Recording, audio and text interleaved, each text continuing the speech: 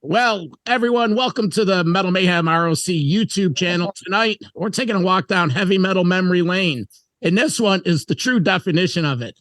We have two guys that put out a fantastic scrapbook of the early 80s rock and metal tours. From California, let's welcome the authors of the book, Pictures Alive, Rock Shows of the 80s and Beyond. Steve Roney and Scott Davis. Guys, welcome to the show. How are you? Doing good. Thanks for having us on. Yeah, you're welcome. Right off the bat, I'm up here in Rochester, New York. My partner goes by the name of Metal Walt.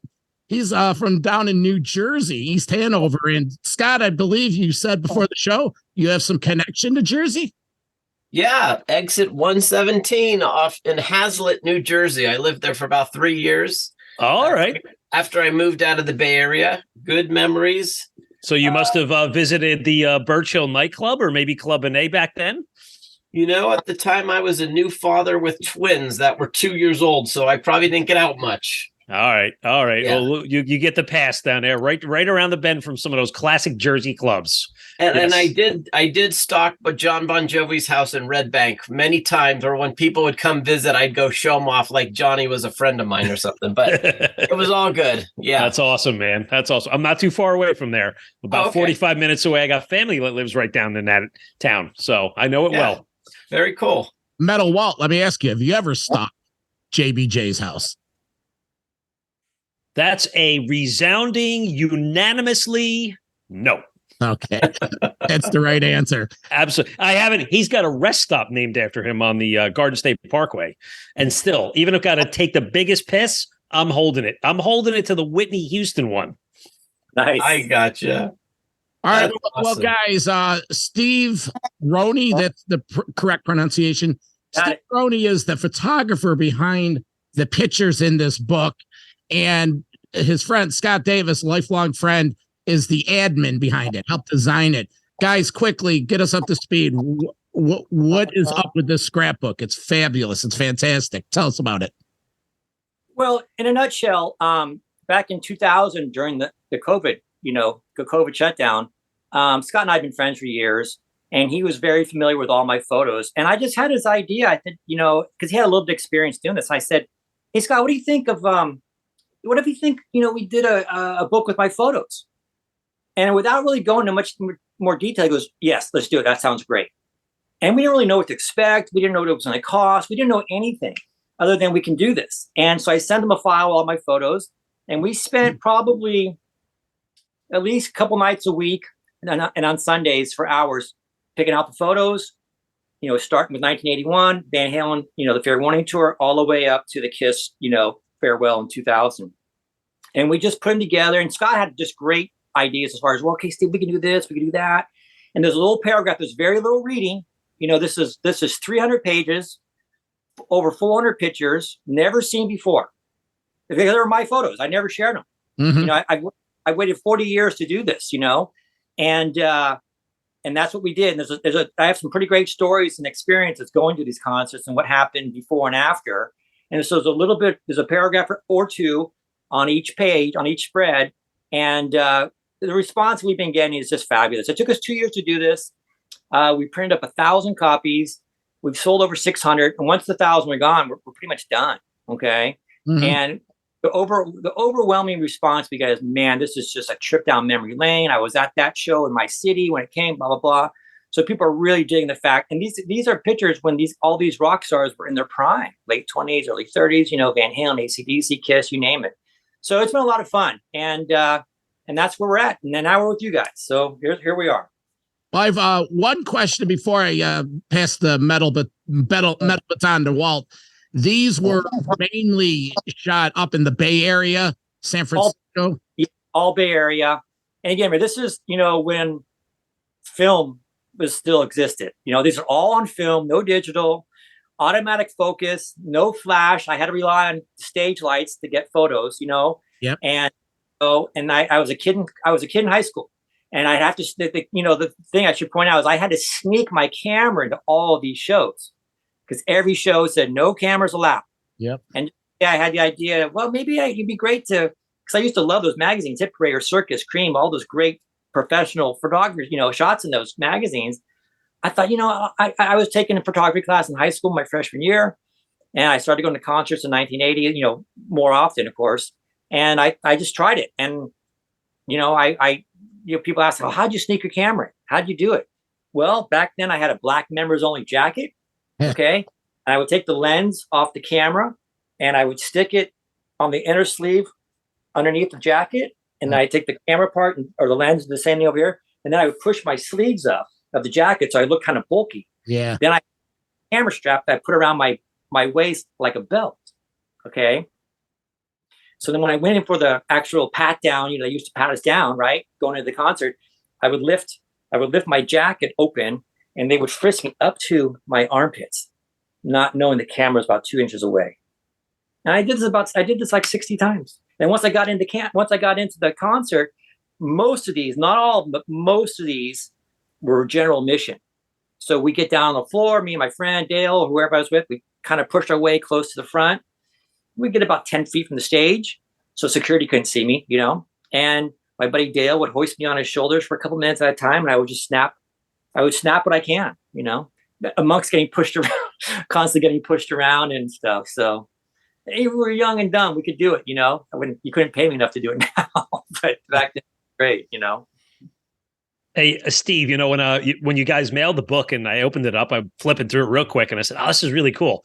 Right up my alley. The inner sleeves have ticket stubs, lots of concert ads.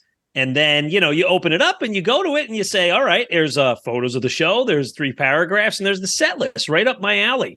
So I'm going to tell you something about me that I haven't really disclosed. John knows this about me, but we have a common bond. I understand what you went through because back in those days, I was a bootlegger. I was one of those guys that brought the cassette decks in to shows. Yeah. And I'm maybe a few years younger, and I did my shows from the late 80s up till, let's say, the late 90s, but it was the same principle. Yeah. It was sneaking that gigantic cassette deck, sticking it down in front of your pants.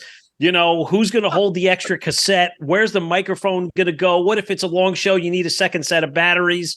The law of averages always catches up to you. At some point, you're going to get caught. At some point, you're going to have a equipment malfunction. But at the end of the day, it's you walk out of there with something that, like I always described, I wasn't out there to sell it like you weren't. It was a souvenir and something to take home as a personal experience that I had from that concert. And I think you guys feel the same way. That's a good point. A souvenir. I never really thought of that. That's a great example. It was a souvenir. Yours was audio recording. Mine was photos and stuff that would hang on my wall. When I was living with my parents, every time I had some concert shots, I would take 2 or 3 really good ones, blow them up to 8x10, frame them. At one point, all 4 of my walls I had probably 160 plus 8x10 frames all over my walls, and that was it. That was how I enjoyed it. You know what I mean? So I never thought of selling them. I probably gave away a bunch back then to friends who were with me at the concerts, but I never sold them. It took 40 years to think, well, maybe, Scott can help me do this. And he did. Scott was great. Scott made this thing. I took the pictures, but Scott was one that made this book look as good as it does. So. Well, it's another thing is like, if you're 50 something, you would be in the back of Hit Parader or probably Circus more so, maybe even 16 magazine, if you were buying it for Kiss specifically, despite the Leif Garrett and Bay City Roller pics and all that stuff. Yeah. But it's like you would be pen paling people, or you'd write to like Front Row Photos. Those guys have been around forever, and you would get their little catalog in the mail of like photocopied pictures of Kiss or whatever band you were into. And maybe you ordered some. Mm-hmm. And, and you get them and whatever, and they'd be, pretty cool. But that really wasn't as prevalent as, these days and stuff like that, So it's like, Steve, again, like wasn't in this to make money or sell his photos or do this whole little side gig.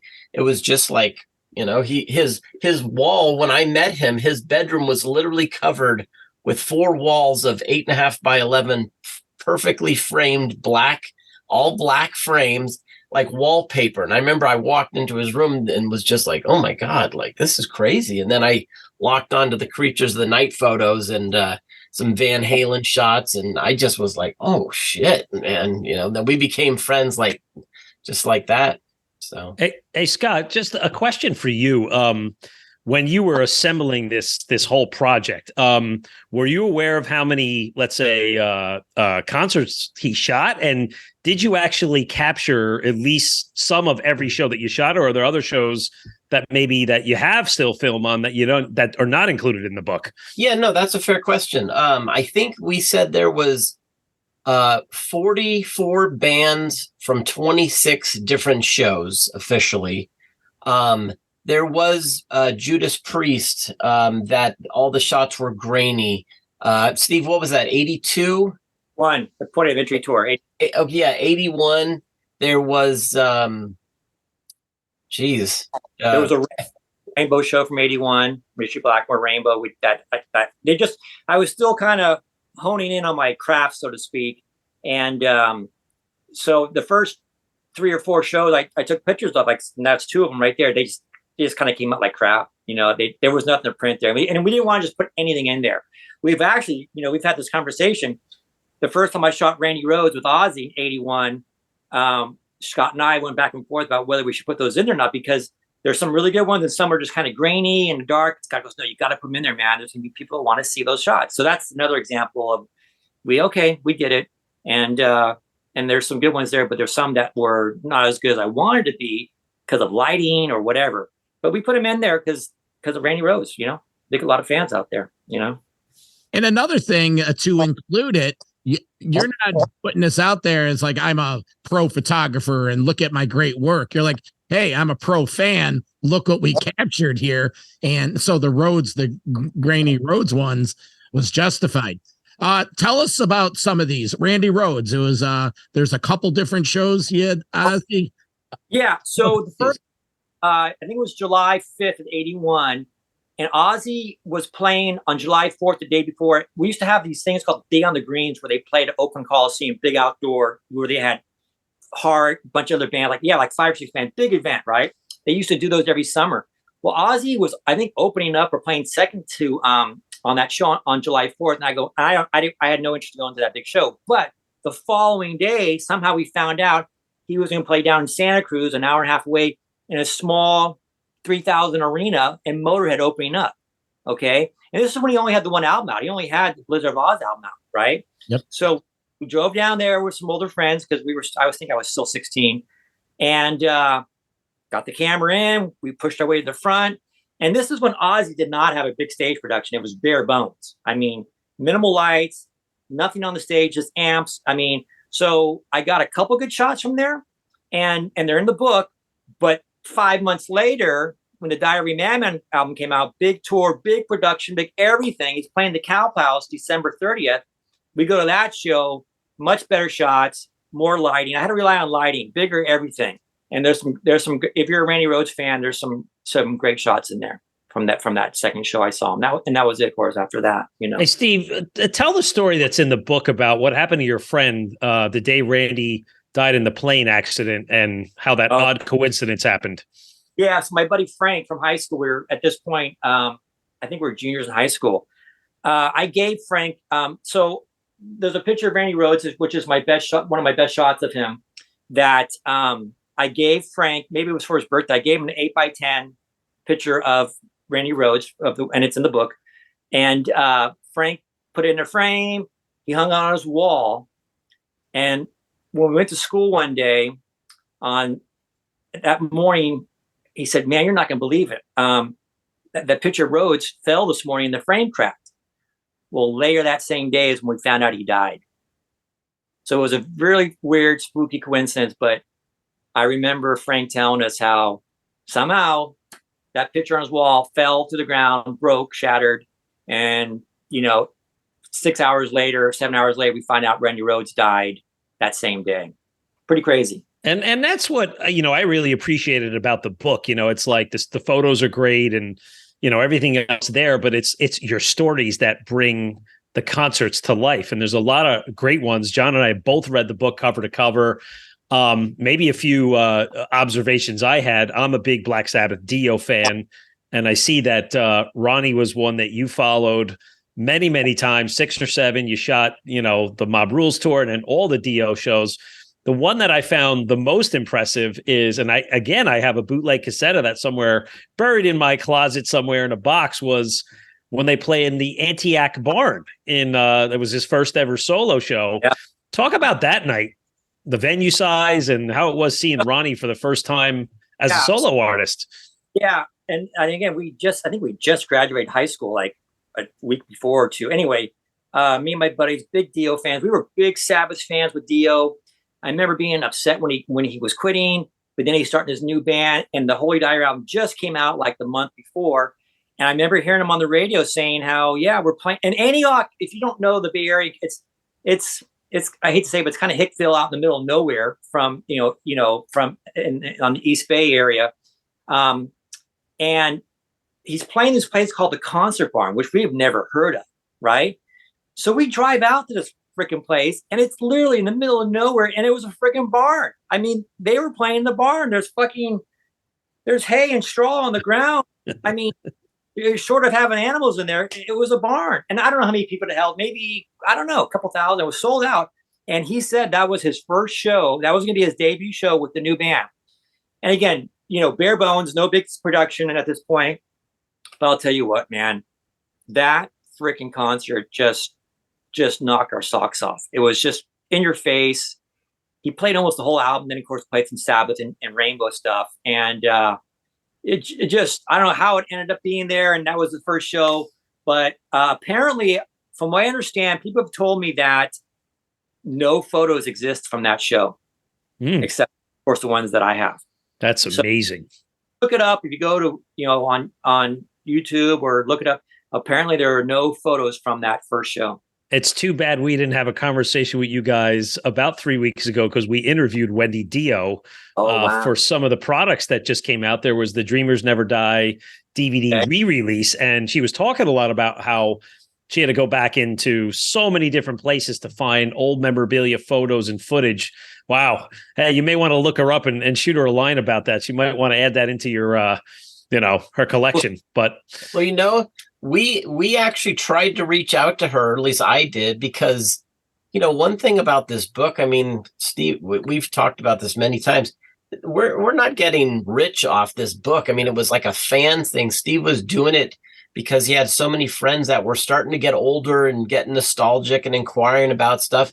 So we sent a book to Wolfgang Van Halen because we thought the pictures of Eddie were just cool. And the fact that he passed away during the production of this book was kind of profound to us. And we thought that would be like a cool thing to do. So we sent one down to, Eddie's old place at 5150 Studios and stuff. And like I said, we did reach out to Wendy just simply to say, we want you to have a copy of this book. We're not looking for an endorsement or anything like that. We just thought, there's some really cool pictures of Ronnie. And to your point, I think there's 6 or 7 shows, or maybe 6 Dio shows in the Sabbath show. So if you're a Ronnie James Dio fan, man, this book is loaded with photos for you guys, or for the fans. Yeah. And Steve, just talk about, because it's obvious you met Ronnie a few times.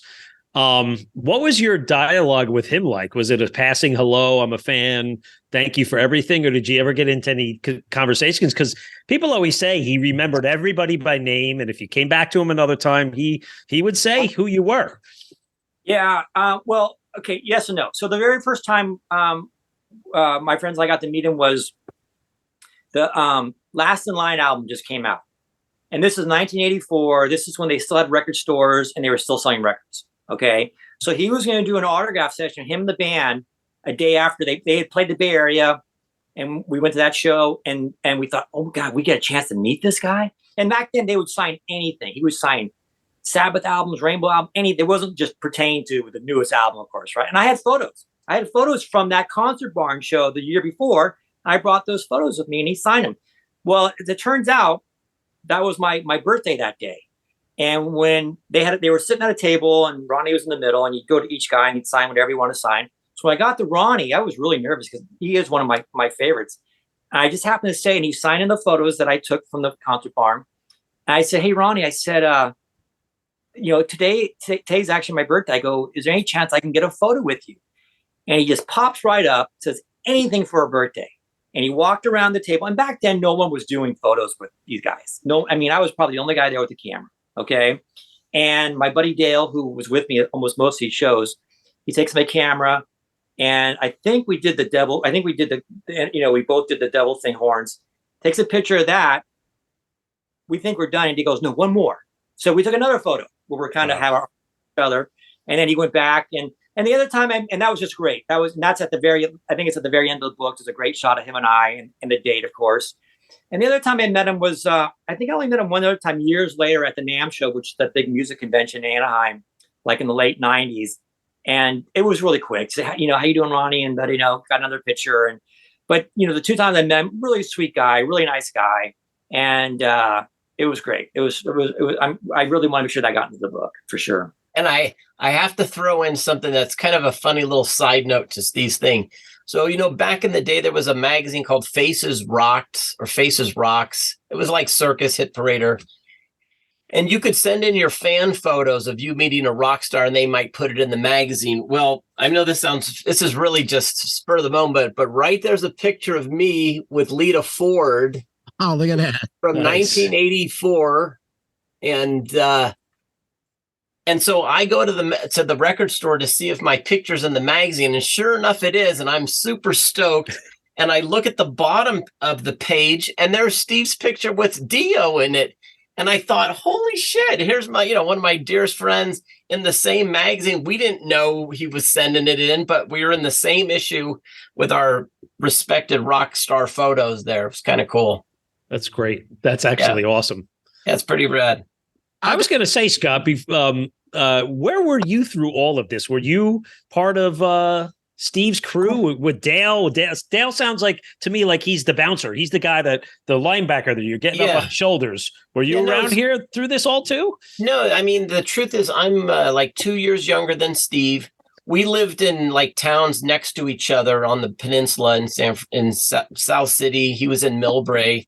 I had a friend who took guitar lessons and kind of knew a mutual friend of Steve. So one day, he said, hey, I'm going to see my buddy Steve. He's a big Kiss fan. He's got these pictures all over his walls. You want to go with us? And I was like, sure. So I forget what it was. We always say it was my mom maybe gave us a ride or something down to Steve's house. But that's how I befriended Steve. And then we just had a kind of a fan geek thing with the Kiss photos and Motley and Van Halen, and Steve played guitar. And I said he had a Les Paul that, as a big Ace Frehley fan, it was I don't think I've ever even seen a Les Paul in real life. And so I was enamored with that. Steve had an old Charvel striped Van Halen, early model Charvel guitar. And it just, I don't know, we just had a lot in common despite, being different schools and a little bit different in age, but we stayed in touch the whole time. So I don't know if I was part of his crew, say in high school, but after, when I was in college and stuff like that and graduated, Steve and I would just hang out when we could, maybe go grab some food, go down to the record stores and that type of stuff. And we both had little kind of mini trucks of sorts back in the 80s. And we had, we just had things in common and we just kept in touch. Scott and I never went to any of these concerts together. We knew each other. He might have gone to some with his friends. I went with my friends, but we actually never went to any of these concerts together. That's pretty awesome. What a coincidence. Yeah, never, and again, we were friends. We always stay in touch, but we had just different friends, and we just didn't go together. Not for any particular reason. We just didn't, and again, Scott, I knew my photos, but yeah, that was it. Yeah. And I think you say, Steve, it was Kiss Revenge show that we actually saw each other at the end of the show. Yeah. Yeah. In 92 or 93. Yeah, Revenge was 92. Yeah, but like I said, we never, drove in the same car or that kind of thing. It was just one day I happened to see him after the end of the Revenge show and was like, hey, kind of thing, small world. But yeah, I mean, we were at Creatures together. I think we seen Van Halen, with Sammy together, at the same shows. A lot of probably 4 or 5 of the shows that are in the book, we actually were at just with our own little our own buddies and stuff. Well, we're separated by 3,000 miles, but these same relationships have been going on 40 plus years. I got friends that, I met in 7th grade. And part of the thesis behind this Metal Mayhem ROC is that it's the campfire type bonding, the bonded by, the metal. But I have a couple talking points. One of the highlights of the book, my favorite band's Van Halen. When you talked about, and I showed Steve this before, I go back to 1981 and oh, fuck yeah. saw Van Halen on the Fair Warning. Thousands of shows, probably in my top 5. But the show that you included in here was from the famous Oakland Alameda show where they shot the 3 videos for So This Is Love, Hear About It Later, and Unchained. The question. There's something happened at that show that you regret. 2, did you happen to see any of the cameras filming any of that? No, I'll tell you exactly what happened there. They played 3 nights. Yep. 2 of them. And I think I'm at the one they filmed. I sat way in the back. Okay. The next night I went, they wore completely different clothes. The first night I saw them, those are the clothes they were wearing. So I think I was sitting way in the back. Okay. So I went 2 nights, and a mutual friend of mine actually scored. And this was a reserved seating show. Oakland, for some reason, usually had reserved seating, which I can never understand, but they did. This was reserved seating, which means seats are on the floor, blah, blah, blah. And a mutual friend of mine scored 4 second-row center seats. Ooh. And the face value was $10. And he sold me his last $20, which I was happy to buy. $20 for, I was right in the center. I was right in the aisleway. That little catwalk thing they had in front of the stage, I was leaning on that, on Michael's side. I was actually leaning on that for most of the show. Got my camera in. The problem was, and I splurged, I brought 2 rolls of film that time, and where I normally always brought 1. Reserved seating, and there's security guys 5 feet away from me, 6 feet away that, are in front of the stage, just kind of looking out the audience. So once I got to my seat and I see this, I think, shit, I can't take photos. I'm too close, and what's the point? It's like I told myself, you know what? Put the camera under your seat, in your jacket, and forget it. Well, my buddy who was with me was also a photographer. After 3 or 4 or 5 songs, I see him taking photos, and he's just dodging, taking photos. I said, you know what I got to lose? So I get my camera out. I'm trying to dodge the security. I'm taking photos. I get halfway through my roll. I know I'm getting great shots. I'm right there. I can tie their shoes if I want, and the lighting was great. And I told myself, I said, you know what? Why don't you just stop? Even though you didn't finish the roll, stop, roll it up, and pass it on to one of your friends. But I didn't. I got greedy. And I kept taking shots because I knew I was getting great shots, and I got caught. And the security guy goes, gives me one of these. And I went over and I rolled the film up. So I rolled up the film, gave him a roll of film with great shots, but I never saw, of course, never saw it. Go back to my seat. I wait a few minutes. I pop the next roll of film in. I continue. I'm taking pictures. The same thing. I get halfway through the roll. I said, Steve, you should just stop. Be happy with what you got. Roll the film up. But Steve didn't listen. I kept taking, and I got caught again by the same guy. And now I'm pissed. I opened the camera. I just ripped the film out. And I kind of threw it at his feet. And I'm like, God damn, I can't believe I did it again twice. So I sat there and was watching the show, enjoying the show. And, I got past not getting photos. And during, in between the songs, Dave Lee Roth, he's kind of rapping to the crowd. And Eddie is probably a good 15, 20 feet from me because I was on Michael's side and Eddie's on his side. And if any Van Halen fan knows, Eddie used to have 4 or 5 guitar picks taped to his guitar. Well, he takes one off the guitar and he flings it to someone on his side of the stage in the crowd. He looks my direction. I raise my hand up. He takes another pick and he flings this thing towards me. Now this thing is curving through the crowd, through the air like a boomerang. And I don't know how I did it, but I put my hand up and I caught this thing. I go, holy shit, I just caught a guitar pick from Eddie Van Halen. And it's in the book. There's a picture of, me holding it like this, and it's in the book because I didn't get photos. So I thought the least I could do is put a picture of the actual guitar pick from that 1981 Fair Warning show. So got a guitar pick, but I didn't get pictures. Well, I hate to totally geek out, but I went back into my vault.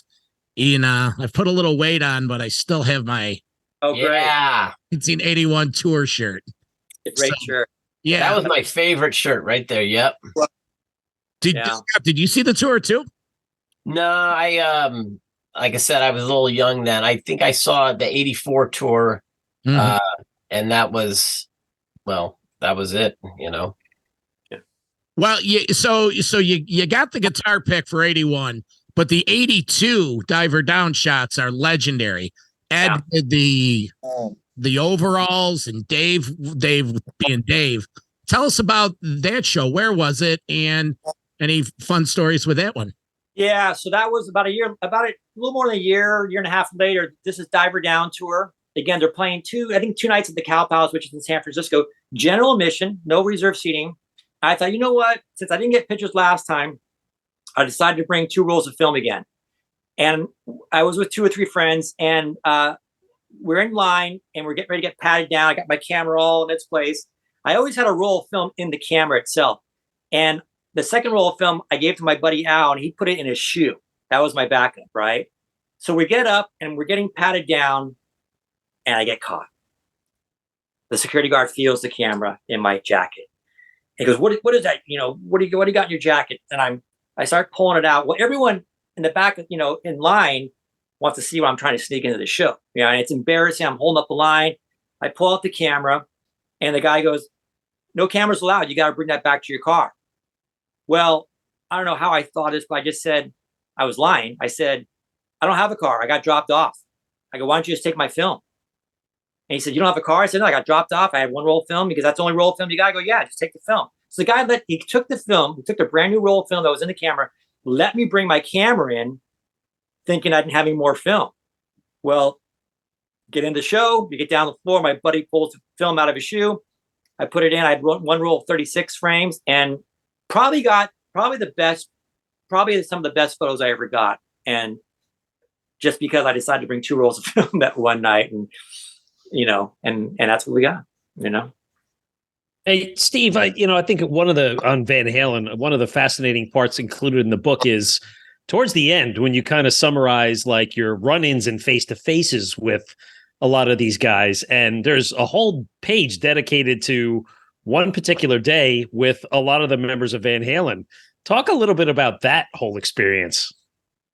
Well, the first time, I think, again, the 1982 show, same one, I went both nights. And whenever I went to a show that played 2 nights, whether it was Van Halen, AC/DC, I would take pictures one night, and then the next night I just wouldn't take pictures. Well, my friends and I had a thing where after these concerts, we would follow the limousines when they left the Cow Palace. We go back to the hotel, and we meet them at the hotel. Well, in this particular case, since they were already there 2 nights, we found out from someone that, they're staying at this particular hotel, and they're there. We met them the night before. So what we did on the second night of the show, my friends and I went to the hotel before the show, before sound check, and we get to this hotel, and we knew they were there. There's a limousine in front. It's probably 5 o'clock, and here comes Lee Roth coming out with 2 security guards. He's got the sunglasses on. He's wearing this Chinese kimono, and we all fuck. And he's coming up. We're standing by the limousine. My buddy was going to take I had the camera. And within 10 feet, one of his big security guard goes, no cameras, no photos, So put the camera down, and swear to God, I couldn't believe what I was going to see next. Right before Dave gets into the limousine, he goes into this playful wrestling mode with one of my friends. I am not lying. They're doing all these arms are shaking, and they didn't fall on the ground, but they were like pretend wrestling. Fucking crazy Dave. Wow. He gets in the limousine. He takes off. We hop in our car. We're following him down the freeway. And there's a picture in the book where I'm in one car side by side with Dave's limo. And Dave had his window down. And I got a picture of him, give me the thumbs up with the sunglasses on his way to the Cow Palace, on his way to the show. And then after the concert, we went back to the hotel because now we know they're there. And we saw Alex Van Halen there. And I think we saw, I think we saw Eddie. I can't remember. But so we had some good run-ins on that particular tour. There was a funny part you mentioned as well on one of the shows where David Lee Roth, whether it was a canned speech or not, a bra was thrown up on stage, and he made a comment about that. But then it also reminded me of a story that you mentioned about something that happened at a Motley Crue show with a real set of women's body parts. So talk a little bit about those things. Well, okay, for the Van Halen one, I don't think this was canned at all. This was the same show. This was a show I think I wasn't taking photos at. Someone threw a bra up on stage. Some girl threw a bra up on stage. And again, in between songs, Dave kind of rapped into the crowd. And I can remember it like it was yesterday. And Dave goes, "Hey Ed, is that your bra on the stage? Because it's too big to be Valerie's." And you just go, and the whole crowd goes, "Oh no!" And it was funny, but I don't think that was staged. And then the Motley Crue one, I think you're referring to. This is when Motley Crue was opening for Kiss. Is this the one you're referring to, Walt? The '83 tour, probably. Yeah. So what happened was, this was Kiss doing the Creatures of the Night tour. Motley Crue, brand new band, who I really wasn't that familiar with, to tell you the truth, at the time. And this is Easter Sunday, 1983. And me and my high school buddies were going to go to the show. Well, we had a classmate. Her name's Nadine. And she knew we were going to go to the show. And she was a fan of Motley Crue. So she asked me, "Hey, Steve, can I catch a ride with you guys? I like Motley Crue. I know you guys probably going to see Kiss." I go, "Yeah, no problem." And we'd never been to a concert with her before, but that was okay. So we go to the concert. And I had this, I used to take this art class. I'm not an artist at all, but Scott's a great artist. I did this watercolor thing, really cheesy, of the Creatures of the Night tour. I'm sorry, the Creatures of the Night album cover. And we go behind the building. They're playing the San Francisco Civic, which is kind of downtown San Francisco. And we go behind, it's before the show. Me and my friends, we go, and Nadine, we go behind the building, and there was a door open. And we could see Gene Simmons and Paul Stanley, no makeup, just kind of standing there, just talking to people. We go, "Holy shit." And we got Gene's attention. He came over and signed, he kind of signed my painting. And then behind us was a tour bus. So we go to walk to this tour bus, and it's a Motley Crue on it. We go around. It's parked on the side of the street.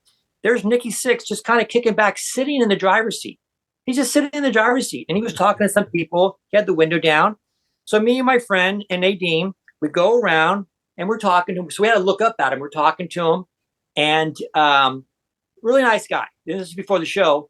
And our friend Nadine, who was a fan of theirs, said, she says to Nikki, "Hey, Nikki, can I get your autograph?" And he says, "Sure.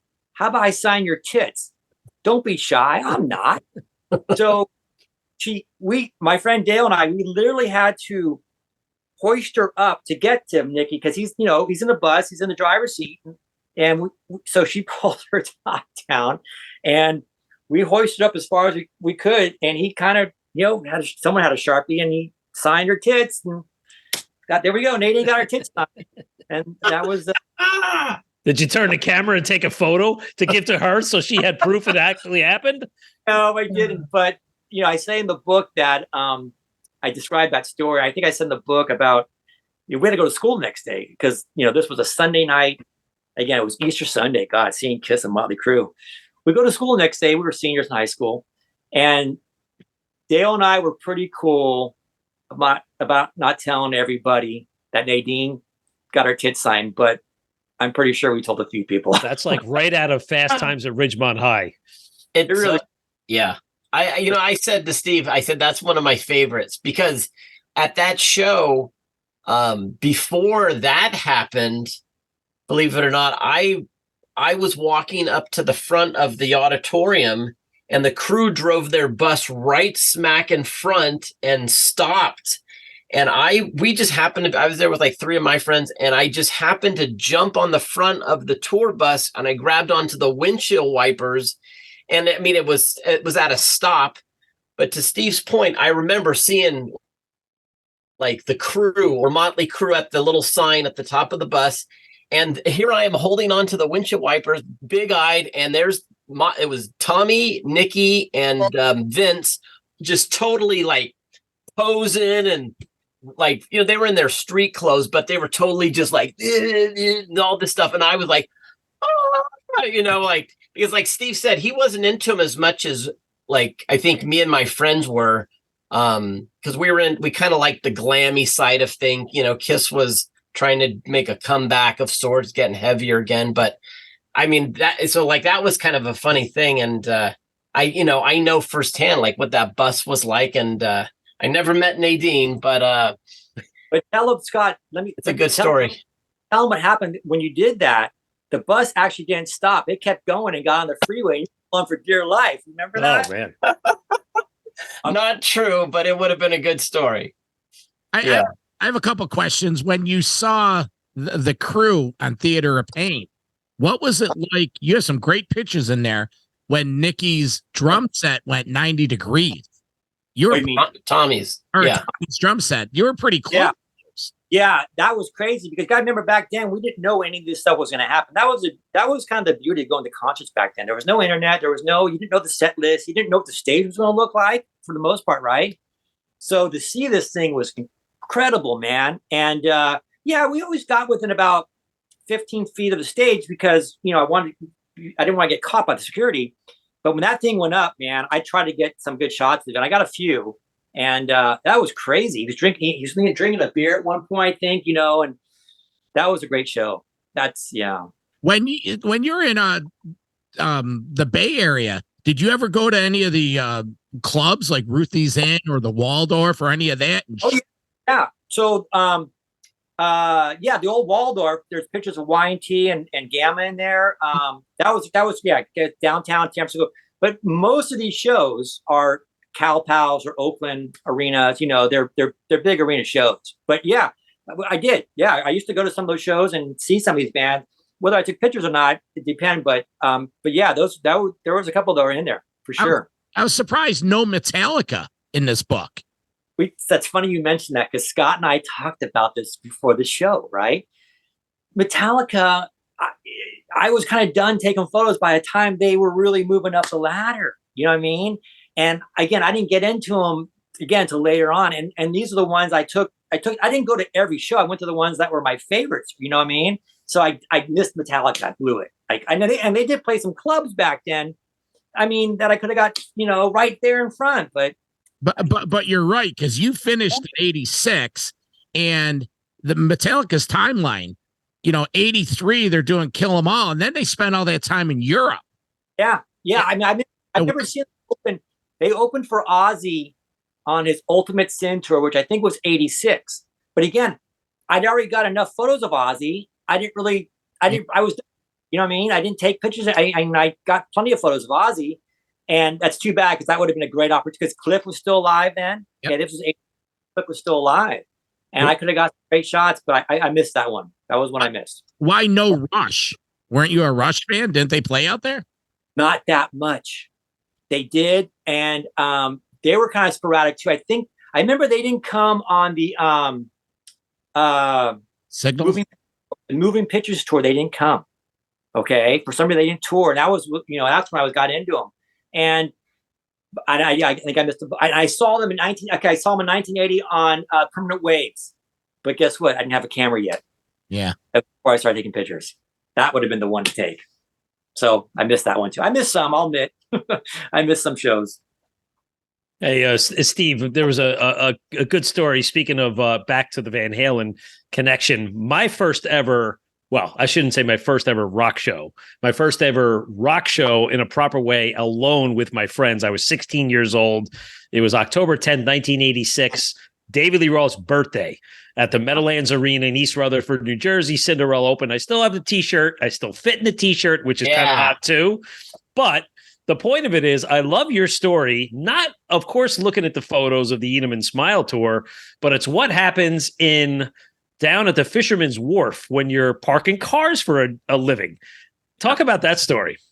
So I think the photos I have, I mean, I wanted to make sure I got pictures of that Eat 'Em and Smile tour because I was a big Steve Vai at the time, big Steve Vai fan. Here's Dave trying to make his point and everything. And he played, I think he played 2 nights. He did. He played 2 nights, I think in December, 86 at the Cowpals. I got some great shots of that show. And after that, I thought I was done. I was done for about 10 years. Well, after that show, maybe 4 or 5 months later, I'm out of high school. I was a valet parker at Fisherman's Wharf in San Francisco. And this is in 87. Let's say it was probably April, May. So I'm sure the tour was probably done. Well, I had to work weekends because that's when it was a busy time and everything. And it was probably like 7, 8 o'clock at night. It's dark. A lot of cars are leaving. And this is a big parking lot. It's probably 100 yards long. I'm down at the far end, and I see this car pulling out of a parking spot, which means they're probably going to leave. But the car comes up to me. I could see him. He had the ticket in his hand. He thought he was going to pay me. When he pulled up to me, he stopped, and it's fucking Steve Vai and his probably wife. And then there was old people in the back. It had to be either her parents or his parents. Okay. And I just started talking like a regular guy. Like I knew who he was. I didn't get all geeky and stuff.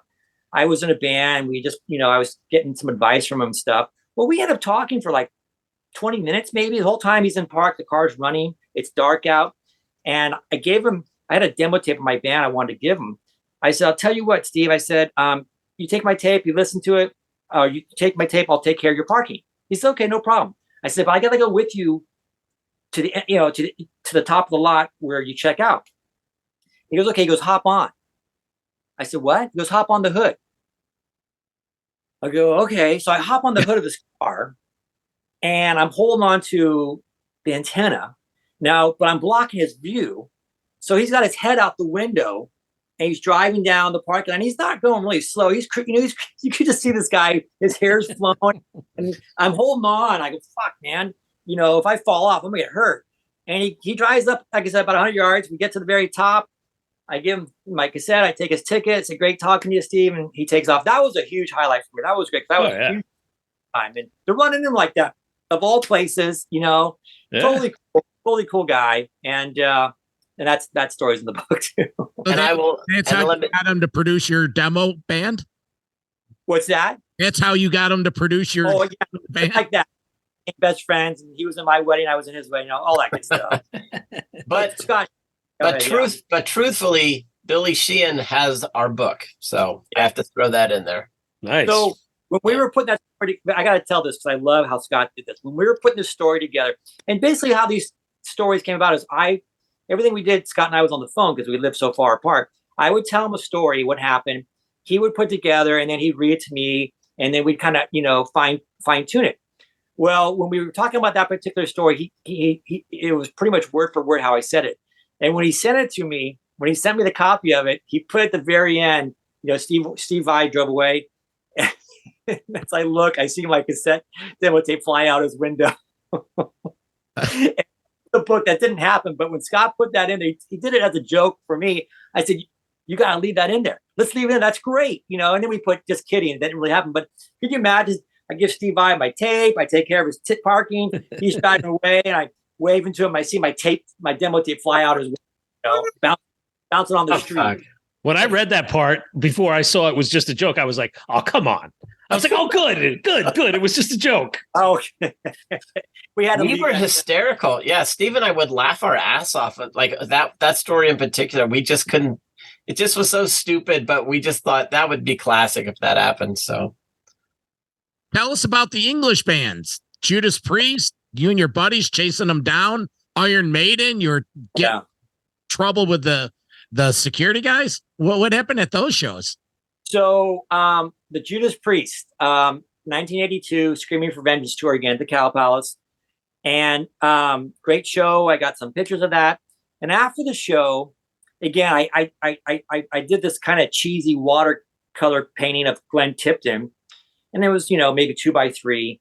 And after the concert, we were waiting we were waiting back by the back entrance of the Cow Palace. And it's like 1 a.m. It was really late. We were like way an hour or two after the concert. The whole parking lot's empty. Well, I had this painting with me, and we could see there was limousines like 50 yards away. Well, all of a sudden, one comes our way, and we're like the only ones there. Me and my two or three friends. And I hold up this painting, and the limousine passes us, and then it stops. And we go, holy shit. And the window rolls down. We go running up to it. And there's Glenn Tipton on one side sitting down, and it's sitting across from his Rob Halford. And each of them had a girl sitting on either side of them. There was 4 girls in there, 2 for each guy. And I remember Rob Halford had each of his hands on the knees of these girls, right? And then I don't remember if we knew he was gay at the time, not that we cared, but they were really trying to cover it up, I guess, right?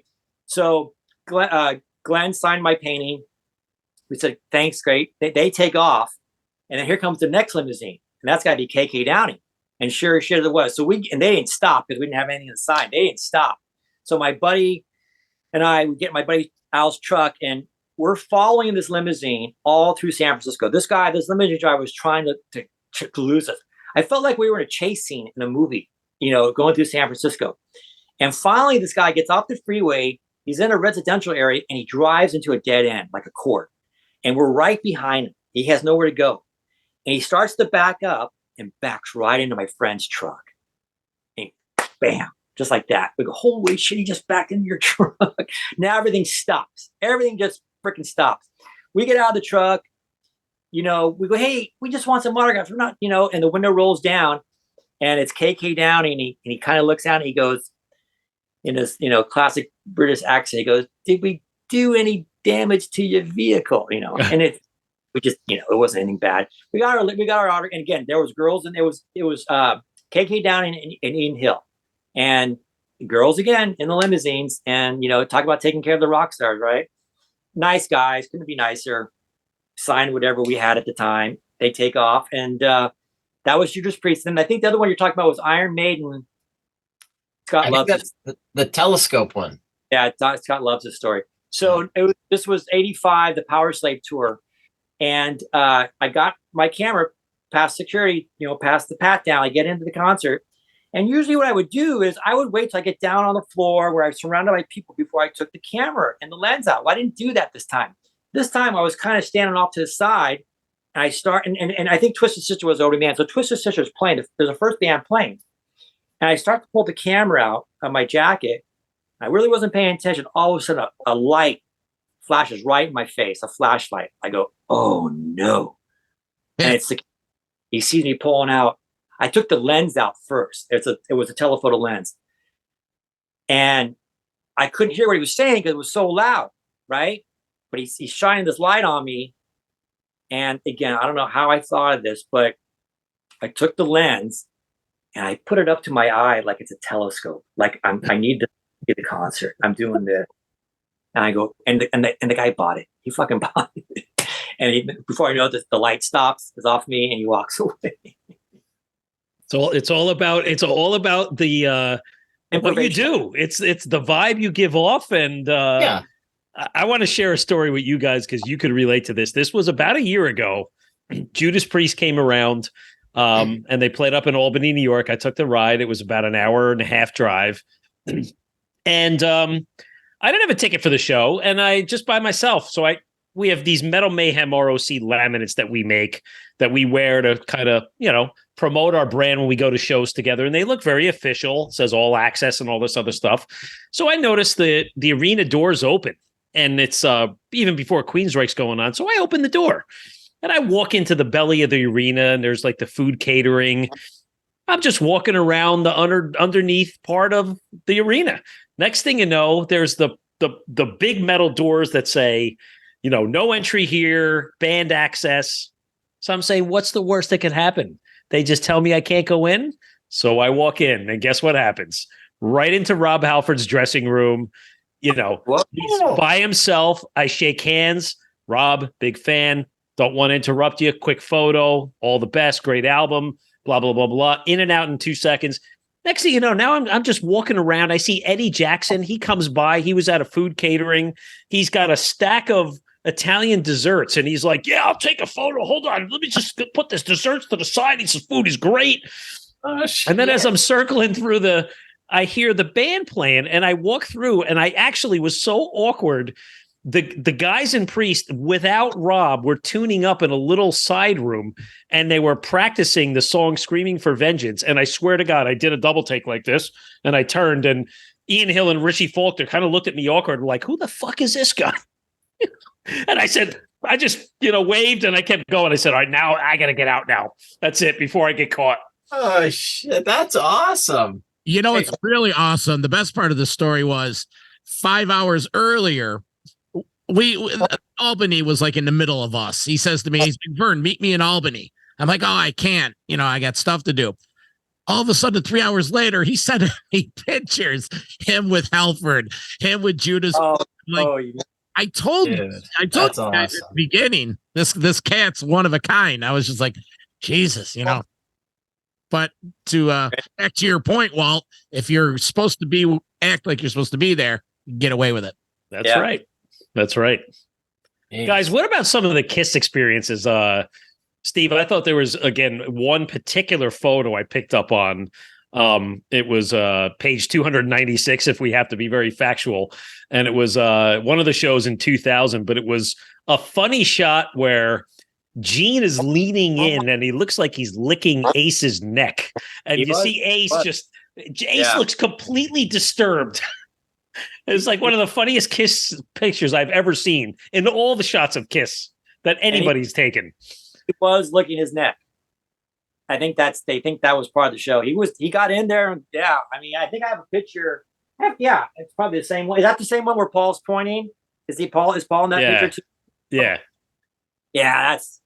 Yeah, he was licking his neck. He was doing it. It was just kind of funny because you see this disturbing look on Ace's face, like, oh God, no, I hate this guy to begin with. He's just paying the bills, paying my salary, and I really don't want this big sweaty freaking tongue on my neck right now. Yeah, Kiss, that was kind of like a stage move that they'd been doing for some time, like Gene and Ace would kind of face each other, then Paul would kind of come in on the right, and it seemed like they changed it up what song it was. I don't know if it was during Strutter or something like that, but they would kind of go into that pose, and then Gene would, occasionally try to do it.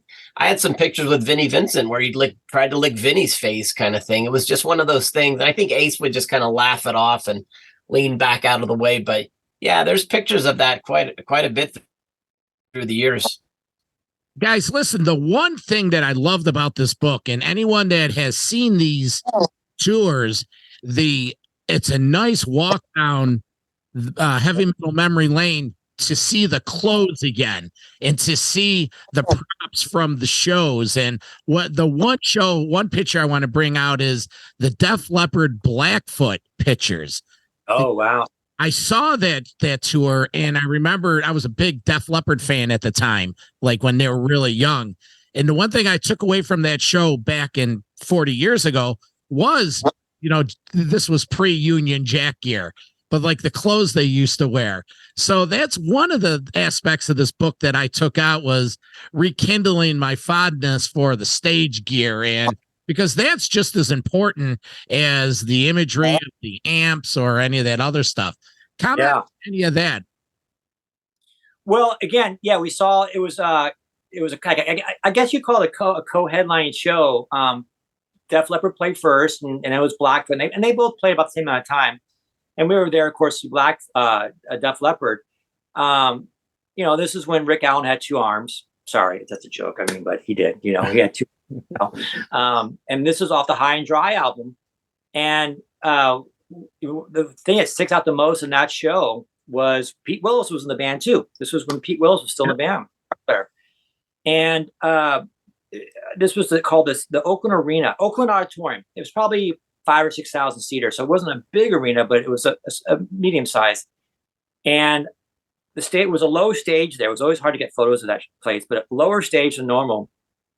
During one of the songs, I don't remember which song it was, but during one of the songs, Pete Willis got right to the front of the stage.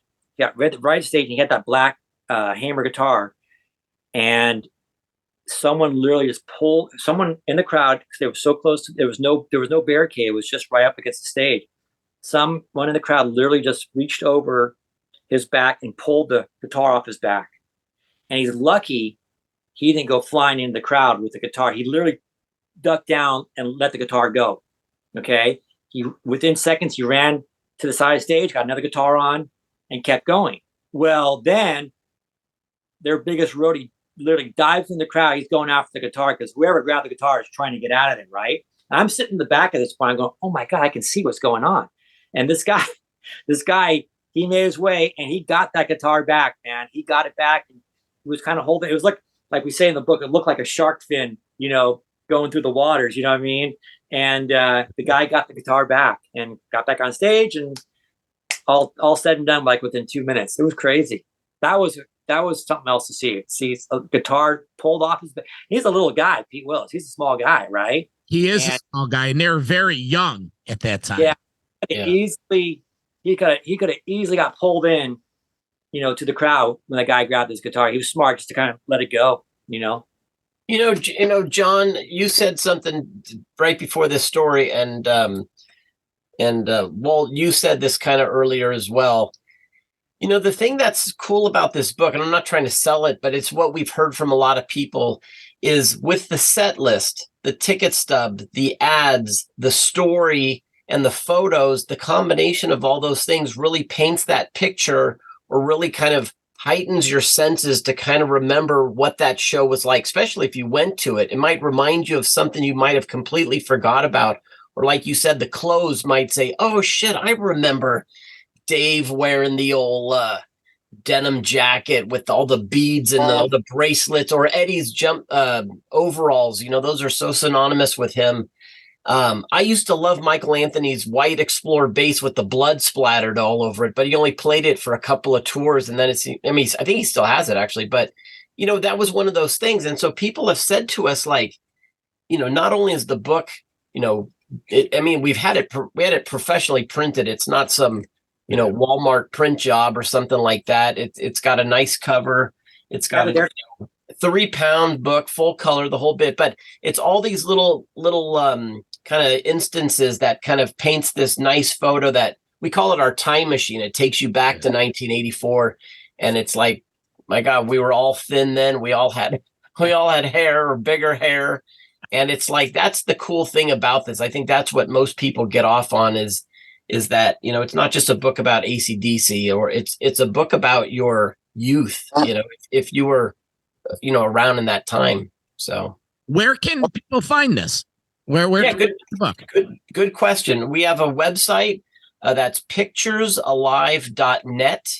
You can find all of the information there. The book is $29.95. Shipping in the States is only $6.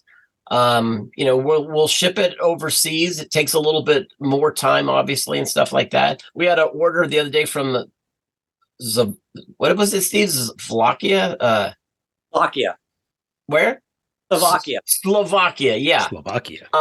Which was really cool because this nice guy, Radoman was his name. He said, he didn't obviously get shows like that when he was a kid, but he'd live vicariously through Circus Magazine and all that stuff. So this book, man, was almost like the greatest thing he ever received. That was kind of cool. But picturesalive.net is where you can get the book. It's available on Amazon if you want to order it that route. And we even have some copies on eBay too, if you want to order it that way. But that's where you can find all the info. Oh, you have the book right there? I do. Show that baby. There it is. Pictures Alive. Yeah, it's thick. Like Steve said, over 400 full color pictures, 300 pages. Just good stuff, man. Mm-hmm. And it comes with a bookmark. The bookmark. It's a lot more. Yeah, there you go. It's a lot more than I think people. They think they're getting like a photo book, and they might say, "Oh, I don't need another photo book or whatever." It's like I said, it's the set list, the ticket stubs, the ads, the little hijink stories that we've talked about. The stories kind of keep the flow of the book. I mean, it's not like some in-depth kind of thing, but I think it's just good times from the 80s that we all remember so fondly. That's all. It's a good read. It's a good quick read. And it's something that you could pick it up at any point in time, grab a chapter, while you're having your coffee real quick in the morning and read 10 pages in 5 minutes. And it does. Yeah. It reads real smooth. Yeah. Eddie Trunk said it was one of his kind of favorite type of books. Lots of pictures, not a lot of words. Yep. So it's like, you're going to get a nice little nugget. Like you said, the Motley Crue thing was a good one. We had a blast just kind of reliving some of these stories, and because a lot of them I'd never really heard the details behind these photos, so it was cool for me just to know the background. And it's just a good time. Hey, listen, I don't want to let this go by without saying it. I want to congratulate my co-host Metal Walt. 38 years ago tonight, he saw his first rock and roll show. That's right. Jesus, I didn't even think about that. This is the David Lee Roth. Yeah. Eat him and smile. It is. Right. There you go, friend. Thank you. So Thank you. I'm gonna grab the T-shirt. Maybe I'll sleep in it There, tonight. we'll show the old Eat 'em and Smile tour right there for everybody. That's it. you know, the fun part here is we all have stories. I was going through my archives. I found a picture, me from the newspaper. I was front row at the David Lee Roth concert. You see my arm in the hand or up in the air, and it's just but it all circles back to this book. And guys, Steve, congratulations. This is a great testament to your youth, both of your youths.